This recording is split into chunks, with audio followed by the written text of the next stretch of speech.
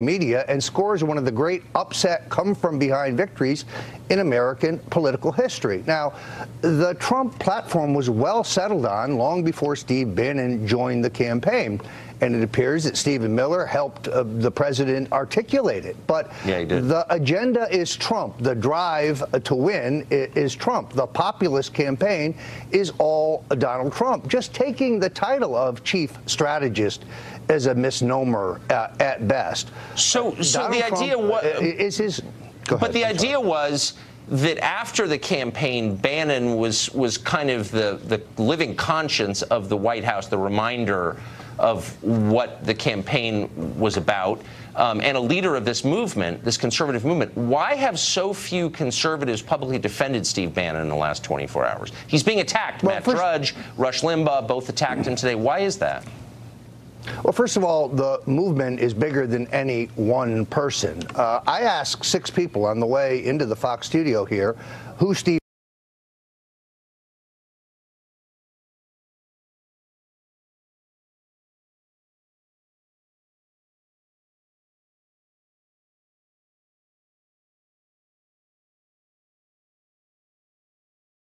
Bannon is, and none of them knew. Every single one of them knew who Donald Trump was, and every one of them knew about his efforts to make America great again. But then you get to the specifics. No, Donald Trump Jr.'s meeting with a woman Russian lawyer was not treasonous. It was not illegal. It wasn't improper. Steve is neither a lawyer nor an experienced political strategist. That meeting is a nothing burger. And it looks more and more like a setup to me, given the fact that the Russian woman lawyer was in the country illegally at the sufferance of the Obama administration. So I don't really understand what would motivate Steve to say these things when it's the president who's given him the opportunity for high public service, when it's the president who's given him a White House office. You could chalk this up to anger. Well, but you could chalk it up to anger over being fired if he'd made these comments after he was terminated. But based on my research, he said these things while he was on the Trump payroll. It sounds that way. So finally, why the legal threats? I mean, I don't think anyone believes the president's going to sue Steve Bannon for violating an NDA or the author of this book. Doesn't this just call attention to the book, help sell books, redound to the benefit of the author of the book? Why would you instruct your lawyers to do something like that? Yeah, I'm not sure about the efficacy of that. I do know this, that the Trump constituency, the Trump base, will stick with Donald Trump as long as he keeps faith with them on his agenda. The biggest tax cut in American history, a solid conservative on the U.S. Supreme Court, cutting regulations at all levels. Right. That's the Trump agenda. I got to say, the phrase, I'm not sure about the efficacy of that is my new favorite phrase. Roger, it's great to see you. Thanks for coming on tonight. Great to be here, Tucker. Many thanks. Meanwhile, the hits just keep coming for old Lisa Bloom. A report by the New York Times says the liberal super PAC American Bridge, for some reason, paid Lisa Bloom $200,000 to solicit sexual misconduct allegations against Donald Trump. Huh. Mark Stein is an author and columnist and something of an expert on ethics. He joins us tonight. Is this, I mean, I don't know if you're a professional ethicist or not. I don't know if you're representing the Bar Association when you say this, but what am I to make of Lisa Bloom taking $200,000 in order to dig up dirt on a political candidate? Yeah, I mean, I wouldn't say I was a professional ethicist, and I'm not sure which bars Lisa Bloom and her mother, Gloria Allred, belong to, but there are different incentives at work here, and a lawyer, more than almost any other profession, owes the client honest services. And if you have the setup that these two are engaged in, where they've been fishing essentially for stooges that they can put up to damage the president, to get so they can be sitting there at press conferences as they've been doing for most of our lives, then I think there is actually something malodorous about it. Well, sure. I guess what bothers me, if she were a political consultant or just a conventional slip and fall ambulance chaser, you sort of know what you're getting. but she poses as and is represented as by the press as some sort of moral leader who's fighting on behalf of things that are good and true, light against darkness. But she's not. She's a totally cynical, transactional, sleazy lawyer. Well, yes. I mean, you mentioned a couple of weeks ago, Tucker, that she was originally Harvey Weinstein's lawyer, exactly. and then they fell out, and she was no longer his lawyer. Now, I don't have a problem with that, because I actually think it's sometimes helpful, and I've done this myself, to have a lawyer who is not on your side ideologically, right. And actually just looks at the case from the point of the law. And so it's sometimes actually helpful.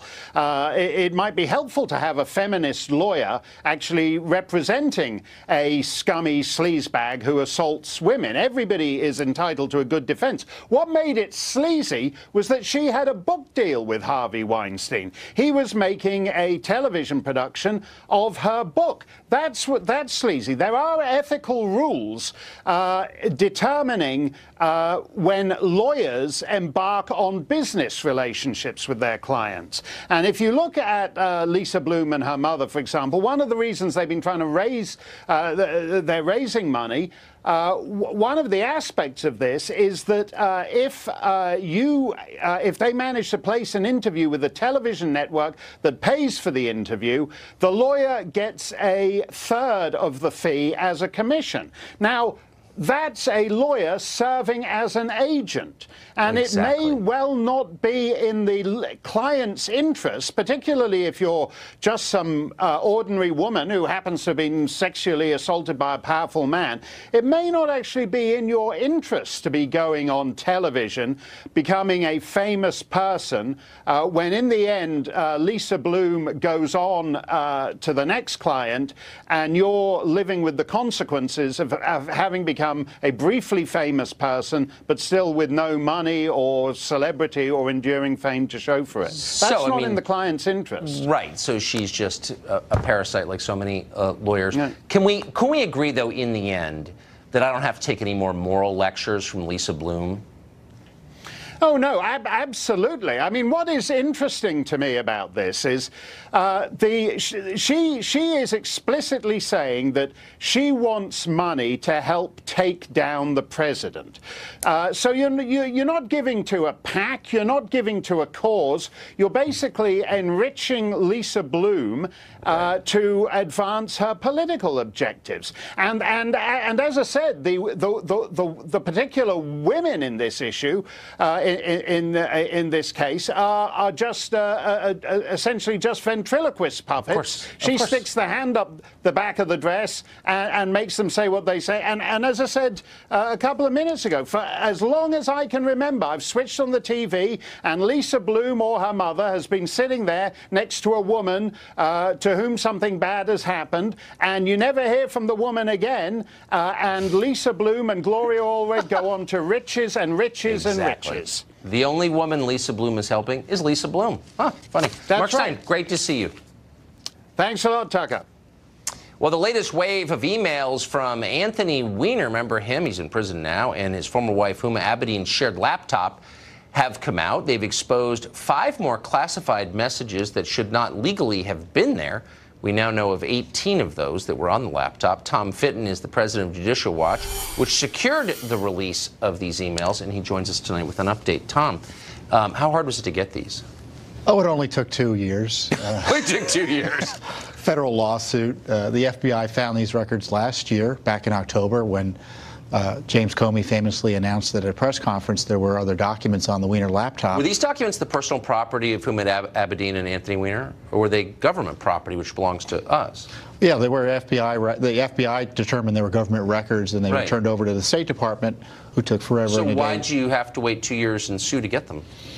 Well, because we found out about Clinton's email server back in 2015. We knew Huma Abedin had an email account on that server. We asked for her emails, and they eventually found some of more additional emails on the Weiner laptop that were government records.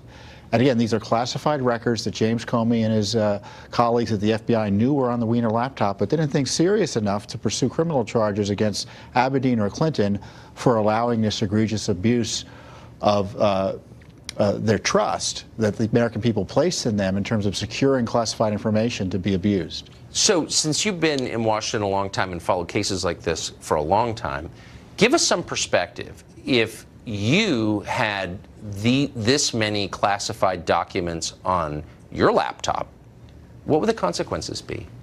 Well, you'd lose your security clearance almost initially, and you'd be subject to a criminal investigation and perhaps a prosecution. And it wasn't just the low-level classified materials that were found in the Clinton email server, but they were highly top-secret documents of the most secure type. And it would have resulted in criminal prosecution, I guarantee you, if you were anyone else but the Democratic nominee for the president. You know, there are 4.5 million people, last I checked, with security clearances. They all know this is a scam, the way that Hillary Clinton and Abedin have been protected. And this is why it's interesting to see the Justice Department, as reported today, is actually re-looking at this issue finally. So the pressure's working, Tucker. The Justice Department is going to go back and ask at least some questions about how this the Comey-Lynch Justice Department and FBI handled this last year, about the classified information, how that was handled, the decision not to prosecute and things like that. And it's well past time that take place. So a system that crushes ordinary people protects the powerful and well-connected. That's right. And right now we are fighting this Justice Department, this State Department, the Director of National Intelligence over whether they're even going to do a damage assessment over having classified material, as I say, on the internet equivalent of a public park bench. Unbelievable. Thank you. Tom Fitton, good to see you. Well, Keith Ellison, who's a congressman from Minnesota, but also the deputy chairman of the DNC, just endorsed a book that promotes vigilante violence and Antifa. We'll tell you a lot more about it and Ellison's long history of extremist positions next.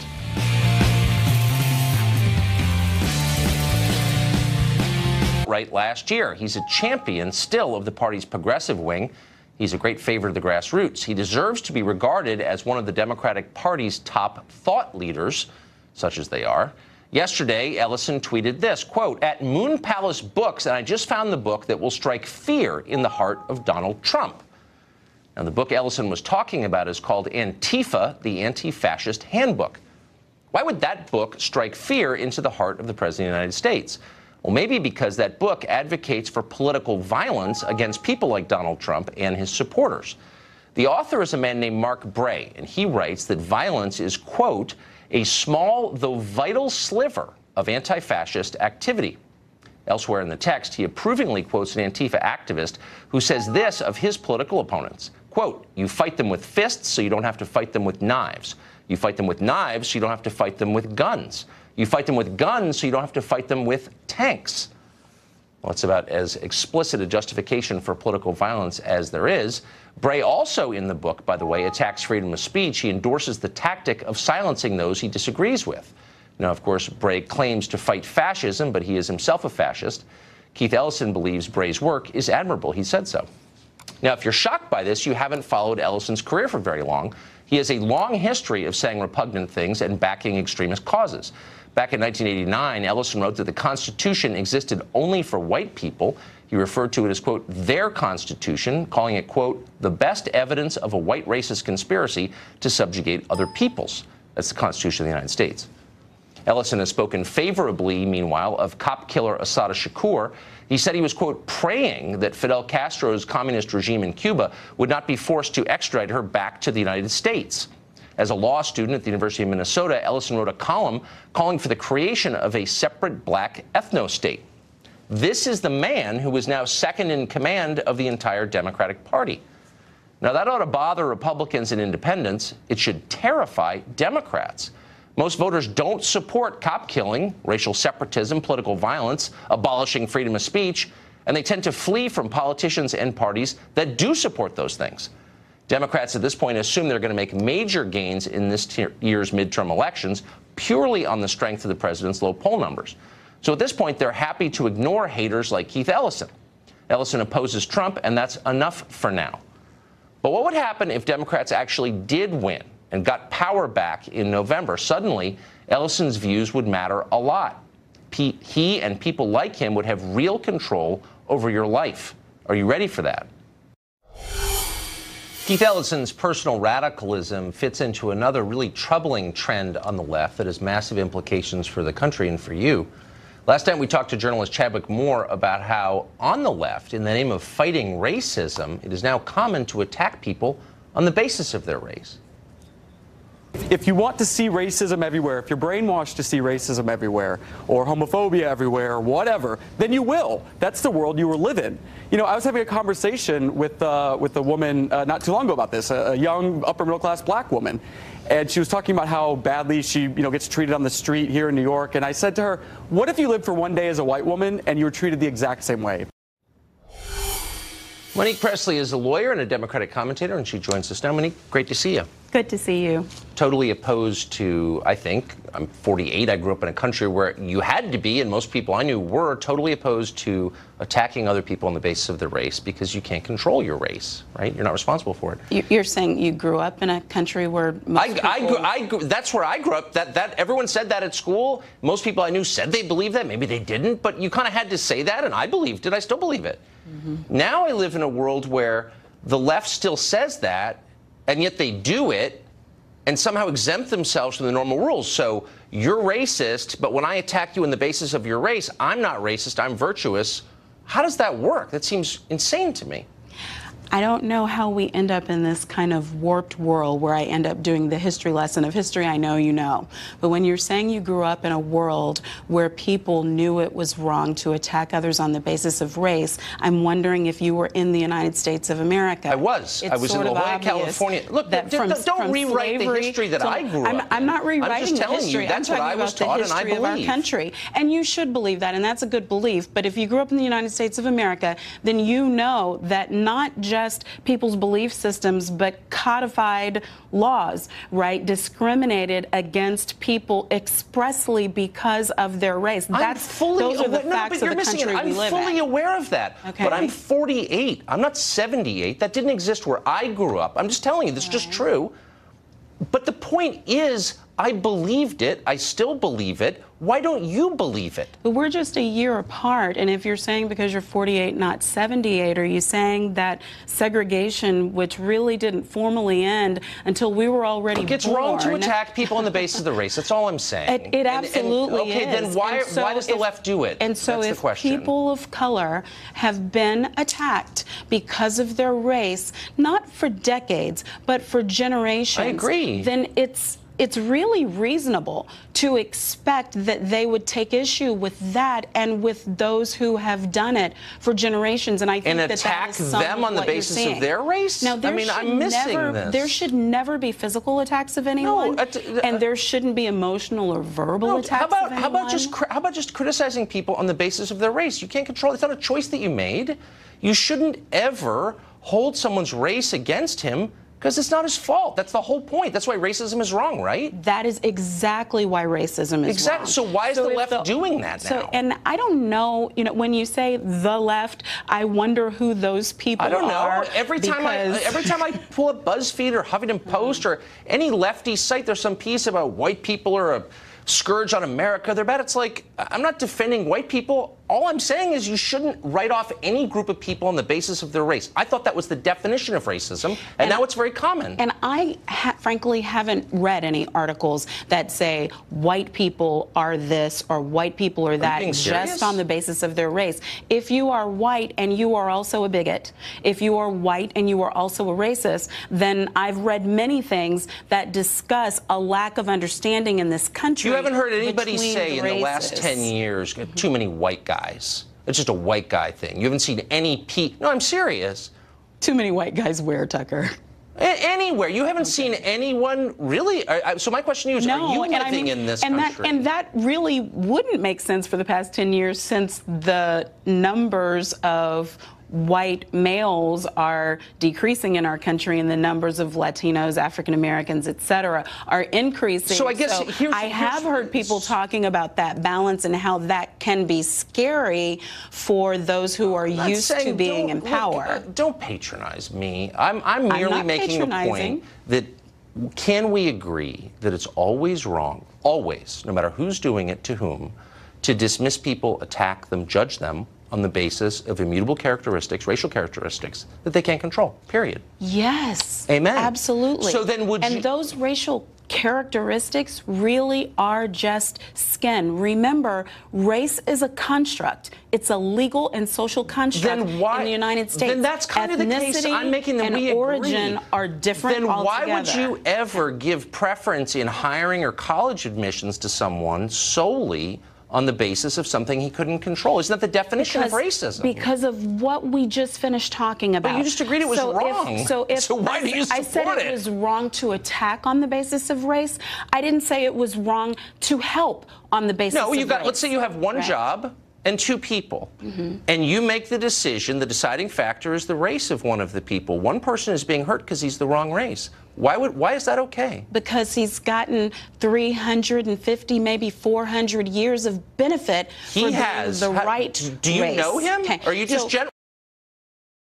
Wait, hold on. If in the United Do you know States, that? All you know about him is his race, and yet you're saying that he's benefited. Exactly. But you don't know anything about him other than his race. So you're saying that all people of a certain color have something in common, which is kind of the definition of racism, isn't it? No, that's also the definition of discrimination, because all African American people in the United States have something in common. It's that they were discriminated against. If it's you don't know the 60s anything or the about 50s, the guy, they have something in common in that they were subject to lynching. From Belgium yesterday. He could have. He has no connection to it, but you think it's okay to deny him something because of his color. I think that the system itself, in order to fix what is the one original sin of this country, so we need more racism to fix racism. Itself. I don't consider that racism it's not at racism. all. When you do it, it's not racism. If I am in power as an African American woman and I insist upon you walking around with one hand tied behind your back,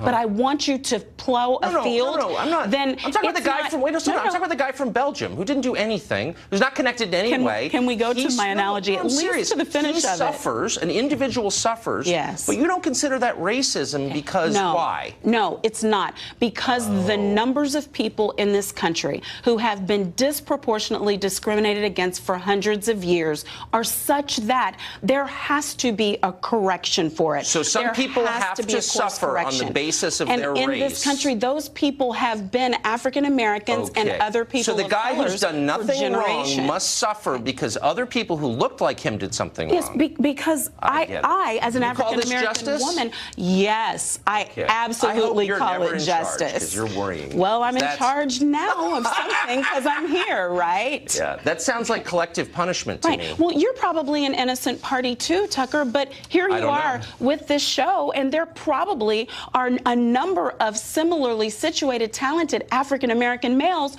who could do just as good a job or better than you. You may be getting the benefit of your race. Do you think so? Because if that's the only difference between you and another talented journalist. I don't think that you should punish people for things they didn't do. I agree. For things they're not responsible for. You just argued that you should. But you should advance. You just argued that you should. It's not punishment. It's not it's not punishment. Oh, no, okay. It's not. It's advancement. We're out of time. It's not punishment. It's not punishment. I love that. Happy New Year, Tucker. People like not getting jobs. Good to see you. Thank you. Good to see you, too. Well, robots and artificial intelligence could be devastating for low-skilled work in this country. They're going to be, according to all forecasts. And yet economic elites continue to demand more low-skilled workers come into the country. Why are they doing that? We'll discuss it next.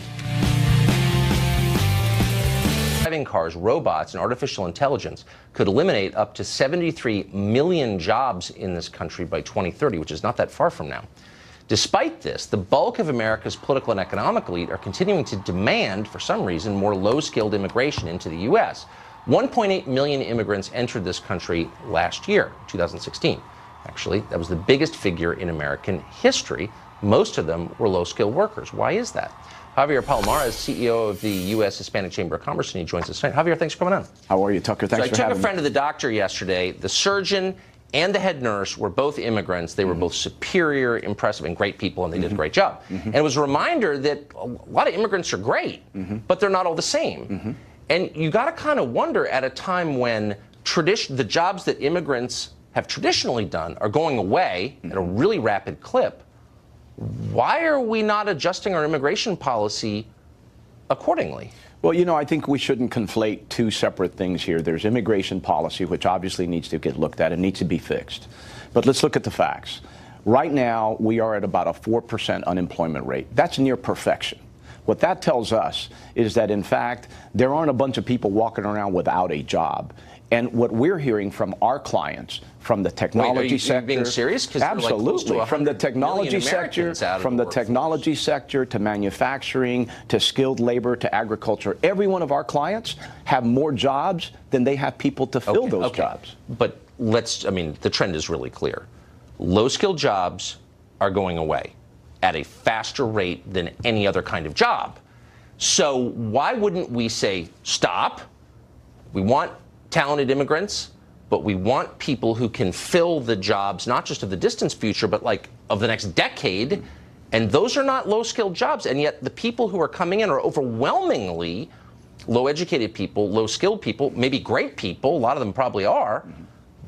But that's not a good picture at all. Why are we doing that? Tucker, I just spent 4 days on the West Coast talking to the California Strawberry Growers Association, 2 days in Florida talking to the Florida Growers Association. In both cases, on both sides of the country, low-skilled labor, they do not have enough people to pick the crops. Strawberry picking, really? I mean, Absolutely. Look, I'm not again. I have family in agriculture, but let's be real. All the way to the most technically, is not the future. Okay, no, all the way to the most technically advanced jobs in this nation. But we are actually at 4% unemployment, my friend. But that's not a real number, as you well know, and it doesn't change the fact that we're importing people who are overwhelmingly less skilled than our native population. Look at the DACA recipients. We're always hearing about, oh, they're all in the military or class president. Some of them are. But for every DACA recipient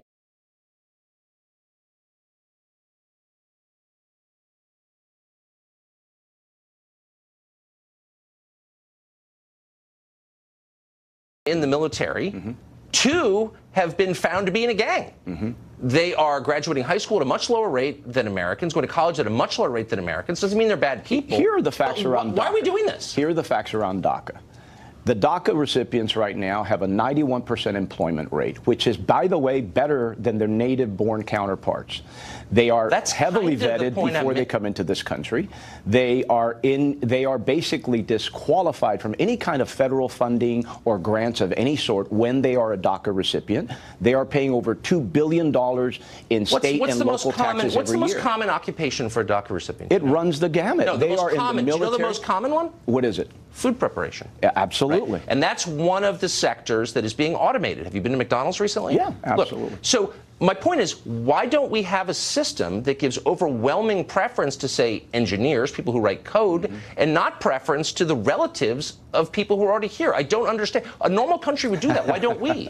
The reality of it is, Tucker, again, we need help on every conceivable business model in this country right now needs skilled labor, and it runs the gamut. Then again, why are the technology majority all the of way down to the immigrants fields? Unskilled labor?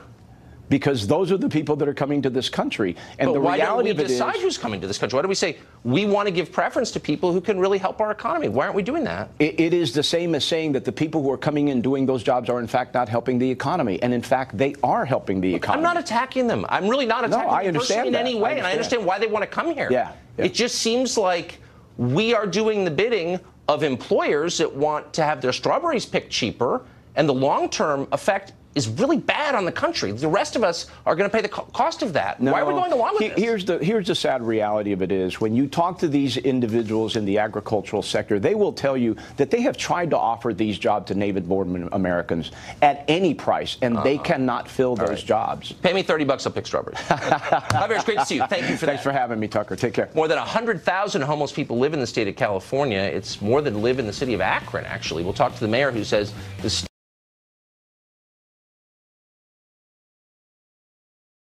is doing everything it can to increase that number for some reason. Stay tuned. I'm a fighter. Always have. In the state of California, particularly in the cities, and if you've been there recently, you know what we're talking about. According to HUD here in Washington, 114,000 homeless people reside in that state. That's a quarter of the national total. Bill Wells is the mayor of El Cajon, California, near San Diego. He said that rather than fighting homelessness, lawmakers in his state are actively promoting homelessness. While panhandling in 10 cities enjoy legal protection, he says the homeless have learned they can commit petty crimes with impunity, which is shocking to hear. Mayor Wells joins us tonight. Mr. Mayor, thanks for coming on. Thanks for having me, Tucker. It sounds so perverse it's hard to believe. The state of California, you say, is encouraging homelessness. How?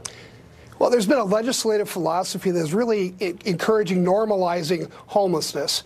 And we've seen several laws that have come by. AB 109 reclassified 70 crimes from serious to non-serious. And the result of that was about 8,000 people were released from the prisons, and 1,000 of those people ended up on the streets. We know that about 10% of all homeless populations are former prisoners. And that's just one of the many laws.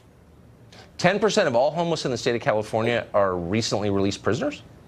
Yeah, it's true. I should point out that besides being the mayor of the city, I'm also a mental health professional. I've done this kind of work for about 30 years. I have a doctorate in psychology, and I work in an inner city ER. And I can tell you that most of the homeless people that I run across are involved in drugs and alcohol, and a lot of the new laws have a lot to do with that.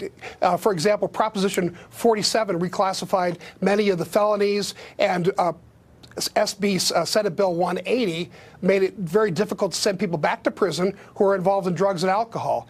And a lot of the homeless advocates very much want to ignore anything that has to do with hinting that some of the homeless people have drug and alcohol problems, when if you ask any police officer or ER doctor, we know it's probably at 90% or above of people in the homeless population are drug or alcohol abusers. But why, and it's obvious when you're there, but why would officials want to lie about something like that? Well, I think that homeless advocates really are trying to protect the system in which they give away money through various programs, and they feel that if people feel that the people that are getting these benefits are drug addicts or alcoholics, they'll somehow not qualify for these programs. But what about the people who aren't homeless, but who aren't rich, and just you live in a neighborhood, you're excited to buy the house, and all of a sudden you got a lot of people living on your street? What does it do to their quality of life? Well, it's been terrible for the people of my city. We've seen about a 35% increase in homelessness in El Cajon, but in the beach cities, I know you're from the beach area, we've seen over 100% increase in homelessness in many of the beach cities. And this has a lot to do with methamphetamines and the increase in drug production that comes from Mexico. And so it's terrible for the quality of life. Meanwhile, cities in California are cutting down racist trees because that's the real problem. Mayor Wells, I'm sorry to hear what's happened to your city, and Godspeed fighting back against it. Thank you for joining us tonight. Thank you very much. Have been doing their jobs and paying attention. Our first contestant this week is Fox News at Night host Shannon Bream, who has a perfect 8-0 record, though of course you knew that. Here's a roster of the people she's vanquished in recent months: Bill Hemmer, Brett Baer, Brian Kilmeade, Ed Henry, Peter Ducey, Mark Stein, Jillian Turner, and our friend Griff Jenkins. Is Fox Politics editor Chris Starwell up to the task? I am dismayed. Tonight. I am dismayed. Look at the by the way, row. The winner, if it's Chris Starwell, gets the coveted mouth-breathing mug. Right. Shannon has too many. Shannon will get the airplane-sized bottle of green champagne. I love it. I love it. That's quite so. For. Hands on buzzer. So I'm going to ask the questions. The first contestant to buzz in gets to answer. You must wait till I finish asking the question in order to do that. Each correct answer is worth 1 point. You get it wrong, you lose a point. Best of 5 wins. Are you ready? Sir. These will ever Outstanding. Question 1. This is easy. It's winter. The East Coast is getting pounded by an extreme weather system, which is unleashing blizzard-like conditions. The name of this weather system is characteristically overheated, as is often the case in meteorology. What are they calling this weather system? Shannon Bream. Grayson. Grayson is your answer. That's the name of the storm, right? Do I get... I don't know if that's true. I'm going to have to go to the tape, Shannon. Rigged. Tens of millions of Americans on the East Coast are being pummeled by a winter storm that's being called a bomb cyclone. Breaking news, a winter bomb cyclone, as it is called, bearing down on 40 million people in America. So-called bomb cyclone taking aim with hurricane-force winds. We're seeing the beginning of that winter bomb cyclone. I didn't coin the phrase bomb cyclone. This area of low pressure is going to undergo something called bombogenesis. Whoa, whoa. I didn't know we we were going for the meteorological term. You said, what was it called? And I said this may be a case of you knowing too much and being too precise because you are an attorney after all, but we're going to have to go with the colloquial term bomb cyclone. And Grayson has no real definition. I'm out then because you said, what is the storm called? I'm sorry. What is the storm called? I'm sorry. This is giving you a sense. Maybe. Now I see how you. Look, I just follow the orders from the judges. Gaming the system. Question 2. You've got 4 more questions to redeem yourself. First responders rushed to the property of a former president and first lady after a fire broke out in the bedroom. Whose property was it? Chris Darwell. Bill and Hillary Clinton. Bill and Hillary Clinton. Was it Bill and Hillary Clinton? To the tape we go. Firefighters rushing to the home of Bill and Hillary Clinton. A small fire breaking out on the 2nd floor of a Secret Service facility on their property in Chappaqua, New York, north of Manhattan. But the house is actually known as Grayson. Stop. Okay. So Shannon, I can tell you. It's a bombogenesis, you that feel house. like you're on a reverse role here, but suddenly I'm rooting for you, and I'm not sure why. Well, you have that effect. it's too late now. I can't come back from this. Yes, you can. America and you have that always roots effect. for Shannon. I know. And I never thought I would feel that way, but I'm with America on this. I'm done. Question 3. CNN under fire for an odd segment it aired on New Year's Eve. Oh, boy. One of its reporters appearing to smoke marijuana on a party bus through which kind of device? Shannon Bream. A bong. A bong, says Shannon Bream. Is Shannon Bream an expert on marijuana questions like this? To the tape we go. I thought maybe I would bring a gas mask with me so I wouldn't, get that contact high. But look at what's on the other end of the gas mask. Boy. Yes, a bong. And of course, they couldn't stand to see a bong that didn't have any cannabis in it. So I don't think this is really what a gas mask is used for, but wow. Okay. This is New Year's Eve Denver style. This is legal in Colorado. I know. Okay. So the answer we were looking for was gas mask, but as our judges just pointed out, they said bong. It was a bong. Yeah. It was a bong. Shannon Bream was right. Just Grayson. Like the storm was called Grayson. Yeah. So we're back. I know, but we're back to 1-1. 1-1. Okay. Next question. 1-0. Now this is heating 1-0. up. 1-0. Because I got ripped off. You're back out of the celebrity 1-0. Okay. Which celebrity host is now in a feud with Eric Trump after Eric Trump suggested she was a member of the deep state? Celebrity television host in a fight with Eric Trump. He says she's a member of the deep state. She's a comedian. She has a television show. I don't. Oof. Some people call her the new Oprah. I don't, but some do. Whoopi Goldberg. Is it Whoopi Goldberg? My name was trending because of this. Eric Trump suggests that Ellen DeGeneres is part of the deep state. Apparently, Eric Trump thinks that Twitter is trying to trick him into following liberals. Apparently, I'm part of some secret government conspiracy called the deep state. It's just the craziest thing I've seen all week because I saw that movie with the lady having sex with a fish, and still, this beats that. What? I didn't see that movie. Wow. That was not. Negatory. I don't think it was Whoopi Goldberg. No, I'm not sure, but I don't think so. I don't think it was. I don't think so. They look a lot alike, though. All right, final question. Oh, my Lord. This will be a fast one, so be ready. Okay? And you may know the answer. Which senator announced he is retiring this year, possibly paving the way for Mitt Romney to run for his seat? Shannon Bream. Orrin Hatch? Oh! That can't be right. Orrin Hatch retiring? I don't believe it. He said last week he wasn't going to. I don't believe you. I think you got this wrong. I think it's Chris Dodd, but let's see. Senator Grayson. Well, the longest-serving Republican Senator Orrin Hatch will not seek re-election this year. The 83-year-old lawmaker from Utah announcing his retirement after serving since 1977. 1977. Were you alive then? Barely. Okay. I don't think since Bjorn Borg pulled himself off the court of Wimbledon in the late 70s, I've never seen a comeback like that. Shannon Bream, don't feel bad. It was in the cards. I don't. You get our airplane-sized champagne. Enjoy it. It's delicious. You know what I always do with them. Chris Darwell, you really were a worthy opponent. I did he was. I did what I could. Chris Grayson. Chris Grayson is my best friend. That concludes